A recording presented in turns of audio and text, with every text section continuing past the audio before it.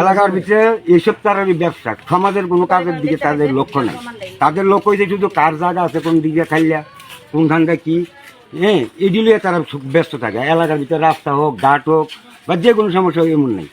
তাদের রেকর্ড যদি গাইডটা দেখে, মানে রামায়ণের বই শেষ হইবে, কিন্তু তারার ইতিহাস শেষ হইত না।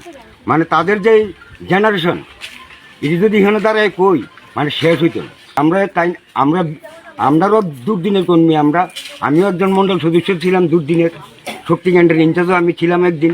1 নম্বর হয়েছে কাজল দাস, 2 নম্বর হয়েছে গৌতম মালাকার। তারা কি তারারে বলে কিতা পদ দিছে, বলে কিতা ইনচার্জ নাকি আফস বাবদ। তারা কি এলাকার জায়গা মাফিয়া তারা? হ্যাঁ, এলাকার ভিতরে এইসব তারারই ব্যবসা, সমাজের কোনো কাজের দিকে তাদের লক্ষ্য নেই।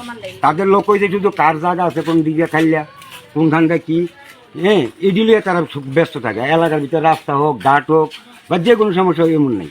মানুষের বিভিন্নভাবে কায়দা করিয়া, মনে করেন আজকে আমার কাজ আছে, আমি দলরে ভালোবাসি, আমি আজকে যাইতে পারতাম না, ঠিক আছে, তারা ডাইরেক্ট করে দিব ও সিপিএম করে, এমন ধরনের তারা কইরা সমাজের একটা বিচিত্র বানিয়ে গেছে।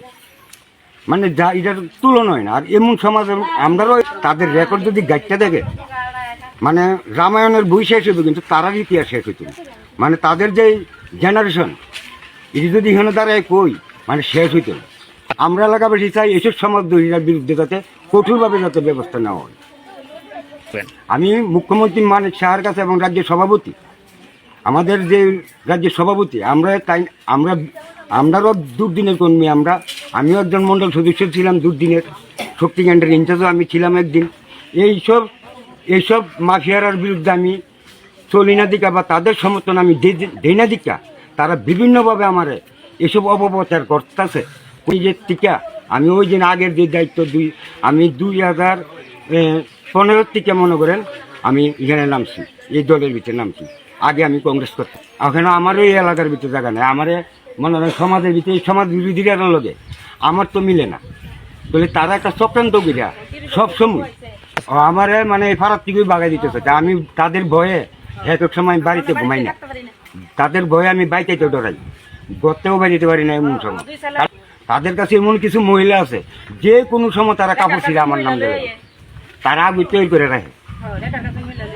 এরপরে কি তো করবো, রেগার কাজের মহিলারা নিয়ে রাখবো। মনে করেন এখানে একটা জায়গা আছে খাইলা, ঠিক আছে, তাহলে খাইলা জায়গা আছে, বেটা যদি কাগজ থাকে তাহলে নিব, আইনত নিব। বা যারা আমাদের দায়িত্বতে বড় উচ্চর মধ্যে যারা আছে, মণ্ডল আছে, আমাদের কাউন্সিলর আছে, জনপ্রতিনিধি আছে, তারারে দেখাই দেব। কিন্তু না, তারা মানতে রাজি না।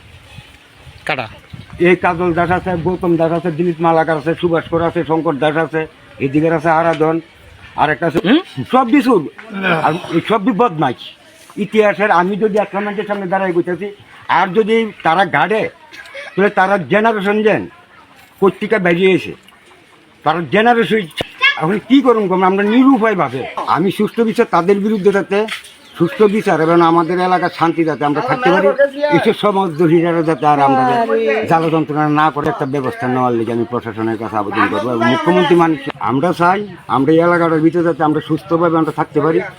আমরা গরিব মানুষ, আমরা শান্তিপ্রিয় মানুষ।